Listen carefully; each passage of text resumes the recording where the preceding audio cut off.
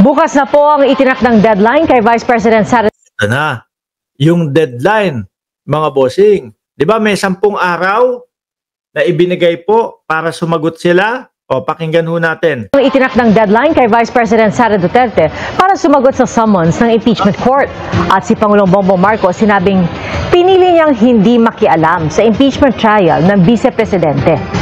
Tingnan niyo, sabi ng Pangulo, hindi siya nakikialam. Which is, isa po sa pinaniniwalaan ko na hindi pakialam ng ating Pangulo, mga bossing, kasi tingnan niyo yung mga yung kilos ng mga nasa Senado. Biro mo, ang dali-daling intindihin. Forthwith. Ang dali-daling intindihin. Pag umabot sa 1/3 yung lumagda, tuloy na sa hearing. Wala. Hindi nila sinusunod. O ano lang po ang nasabi ng ating Pangulo doon? O ano sabi ng Malacanang? Huwag paglaruan ang batas. 'Di ba? Kung meron pong direkta na pag-uutos ang Pangulo diyan na anuhin 'yun. Litisin nyo, i-impeach nyo si Sara Duterte. Naku po, edi sinabi lang ng Pangulo, "Oh, yan na yung ginagawa nyo. Nakasulat diyan forthwith, tuloy nyo na 'yan." Sabi, ni-incheck. Sana makialam na si BBM. 'Di ba? Sabi ko nga sa inyo, mas gugustuhin pang malaman ng taong bayan na nasa likod niyan si BBM eh. Bakit to, mga kababayan? Kasi pag-resolba naman din po ang impeachment. Pag-resolba sa problema ng bansang Pilipinas. Bakit to? Bulto-bultong pera ang mga nawawala ho ang tinatanong ng sambayan ng Pilipino kung saan napunta. Game. Nakatutok si Tina Panganiban Perez. Si Pangulong Bongbong Marcos na ang nagsabi, hindi siya nakikialam sa impeachment proceedings laban kay Vice President Sara Duterte. If the President chooses to do that, I choose not to. Bukas ang Yun ang pinili niya. Huwag makialam. deadline ni Vice President Duterte para sumagot sa summons ng impeachment court. Nasa Australia ang vice para sa isang personal na biyahe. Yun yung bring him home din, no?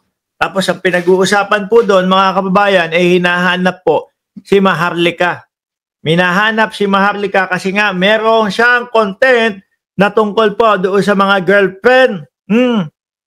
Na matalino daw po ang ating Pangulo, dating Pangulo, kasi nga daw po hindi nag-asawa, kaya lahat girlfriend sabay-sabay. Ulitin ko doon sa mga kabataan. Pag ganun ang ginagawa nyo, wag nyong pangalandakan. No? Sa loobin nyo na lang yan dahil nakakahiya yung ganyan. Hindi ipinagmamalaki yung ganun. At bagamat nagsalita sa harap ng Filipino community roon, wala siyang nabanggit tungkol sa impeachment. Hindi naman nagpaunlak ng panayam ang kanyang defense team. Pero sabi ni dating Supreme Court Senior Associate Justice Antonio Carpio, hindi man sumagot ang bise, tuloy ang impeachment. Dapat.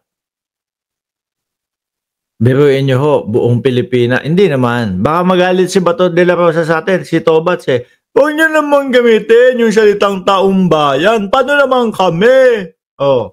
Pero pag sila ho, ganun yung ginagamit nilang word. Taong bayan, taong bayan. Di ba? Taong bayan, taong bayan. Pag tayo ang gumamit, dahil tayo naman ho ang majority, mga kababayan, gagalit. Ano po sigaw ng taong bayan? Ituloy, gusto namin marinig, no? Pwede naman kayong mag-acquit Pwede namang mag-acquit, mga senador. Huwag nyo nang pahirapan. Huwag nyong gaguhin yung taong bayan. Dahil ang linaw-linaw ng nakasaad sa konstitusyon. I-acquit nyo kung trip nyo. Kaya lang ho, mga bossing, siguro iniisip ng ibang mga senador, pagka itong mga ebidensya na ito na ilabas at talagang napakalakas, hindi kinaya ng depensa nila, tapos inacquit natin, nako, magagalit sa atin ang taong bayan. Lalo na nakapokus sila dito. Di ba? Mahihirapan silang i-acquit. Nakakahiya kung yun yung kanilang magiging desisyon. Kung yung ebidensya talaga ay ubod ho ng lakas. Tingin ko, Mga kababayan, although hindi ko naman din nakikita yung ebidensyang sinasabi lahat kumpleto, pero po base doon sa mga nasubaybayan kong mga hearing doon sa Congress, parang ang hirap pong ipaliwanag nung mga confidential funds, nung mga bribery na sinasabi, mga sobre-sobre na may lamang benching ko hanggang 50,000. Lalo na ho, yung pagbabanta sa buhay ng Pangulo. Parang ang hirap pong idepensa. Kaya sabi ko nga ho kahit na mamahalin yung mga abogado, kahit na matatalino yung mga abogado, pero kapag kahuubod ng lakas ng ebidensya, matatabunan po yung katalinuhan nila. Mga kababayan. Totoo ho. No? Sabi ko nga kung ako yung nasa sitwasyon ni Sara Duterte,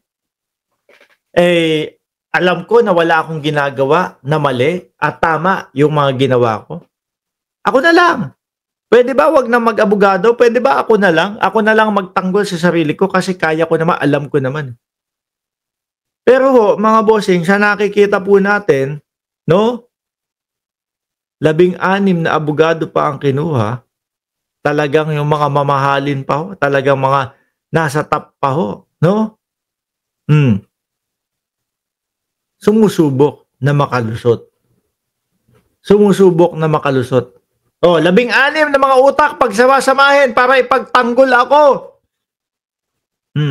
Pero ubod ng lakas po ng ebidensya, aroy. Kaya po, as much as possible, wag matuloy kahit na isang hearing. Pag na isang hearingan na, nagsunod-sunod na, nako, wala na, hirap na nating kumbinsihin ang taong bayan na i-acquit natin si Inday Sara Duterte. Di daw siya guilty, kaya nag-hire ng 16 na lawyer. O di ba? Pati yung kuya ko na si Romnick Sarmenta. Tigas na mukha. Tuloy. Proceedings. It will not stop the proceeding. She will be declared in default. The prosecution will present its evidence, but the defense can still rebut the evidence presented by the prosecution.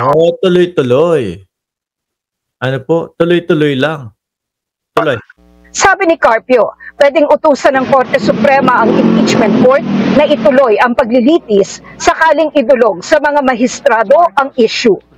Ang Supreme Court, ang Supreme nga I don't see any reason why the Senate of the 20th Congress will not comply. They will comply the moment the Supreme Court will say, tuloy ang trial.